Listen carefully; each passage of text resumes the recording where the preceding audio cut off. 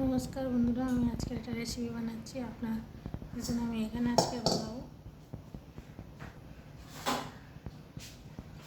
বানাবো আলু আর বেগুন দিয়ে একটা সবজি বানাবো। দেখুন, আমি আলু বেগুনের সবজি হয়তো আপনারা অনেক রকম করে বানিয়ে খেয়ে দেখেছেন। তাই আমি একটা বেগুনটা সবজি বানাচ্ছি, দেখুন কীভাবে বানাচ্ছি।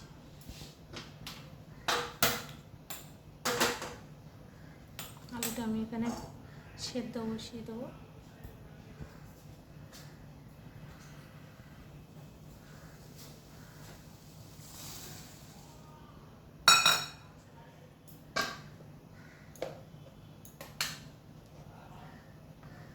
এর মধ্যে আমি একটু স্বাদ মতন লবণ দিয়ে দেবো।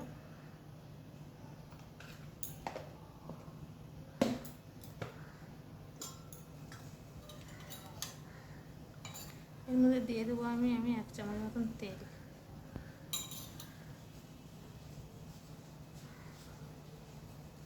এটাকে আমি গ্যাসটা স্লো আঁচে করে এমনি ঢাকা দিয়ে রাখবো আলুটা সেদ্ধ হওয়ার জন্য। আলুটা বসিয়েছি, আমি হাফ সেদ্ধ হলে বেগুন দেবো।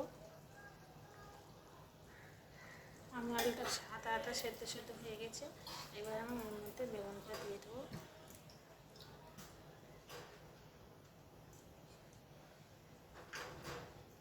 বেগুনটা আমি আগে দিলাম না, কারণ বেগুনটা গলে যায়, তাই জন্য।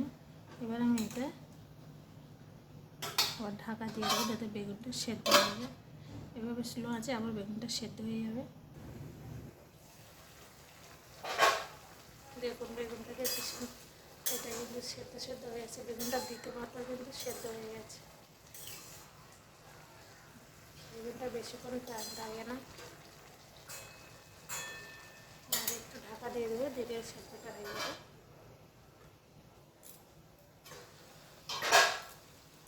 বেগুনে যে জলটা ছিল কিন্তু শুকিয়ে গেছে।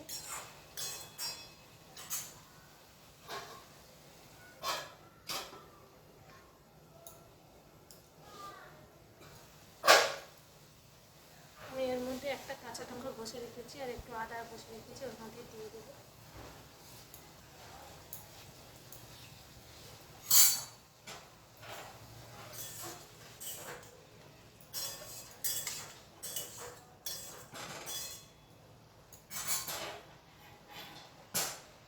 এটা আমি এবারে ঢেলে নেবো।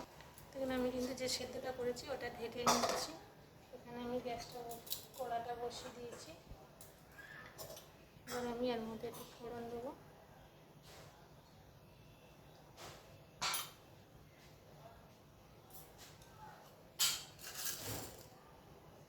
এখানে আমি সাদা বিউলির ডাল ফোড়ন দিয়ে দেবো।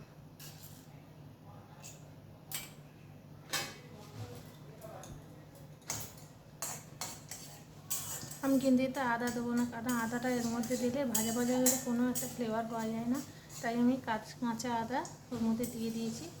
আর দিলে আদার গন্ধটা খুব সুন্দর লাগে।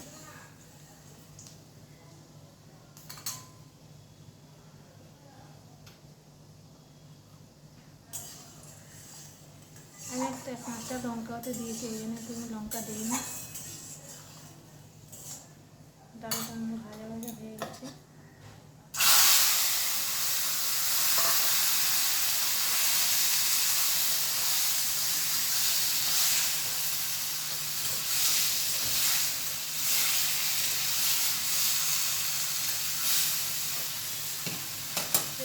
আপনারা অনেক রকম করে বেগুনের সবজি বানিয়ে খেয়ে রেখেছেন। এই সবজিটা একবার বানিয়ে খেয়ে দেখবেন, দারুণ লাগবে। আমি কিন্তু এখানে সবশেষে একটা মশলা আছে, এই মশলাটা আমি অ্যাড করব। এর মধ্যে আছে ধনে জিরে মেথি সব রকম দিয়ে গুঁড়ো করা, সাদা ডাল বিউলির ডাল সব দিয়ে গুঁড়ো করে একটা মশলা বানানো আছে। এই মশলাটা কিনতে পাওয়া যায়, বাড়িতে বানানোও যায়। এতে লঙ্কাও দেওয়া আছে, তাই এই মশলাটা আমি এর মধ্যে দেবো। ততক্ষণ একটু ভালোভাবে মতো ভরে যাবে, তখনই দেবো। দেখুন এবারে আমি এই মশলাটা এর মধ্যে দেবো। মশলাটা কিন্তু খুব ঝাল হয়, তাই জন্য ওতে আমি 1/2 চামচ দিলাম।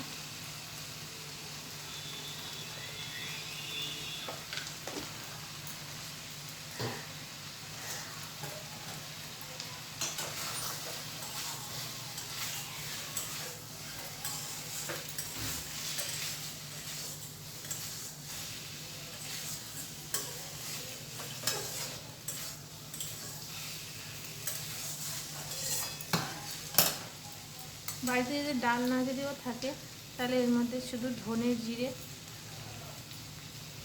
যদি থাকে, মেথি পাউডার বা মেথি যদি কাস্তুরি মেথি যদি থাকে তাহলে এর মধ্যে গুঁড়ো করে দিয়ে দেবেন, তাহলে খুবই সুন্দর টেস্ট লাগে। একটু রস আছে, একটু শুকনো শুকনো মতন হবে।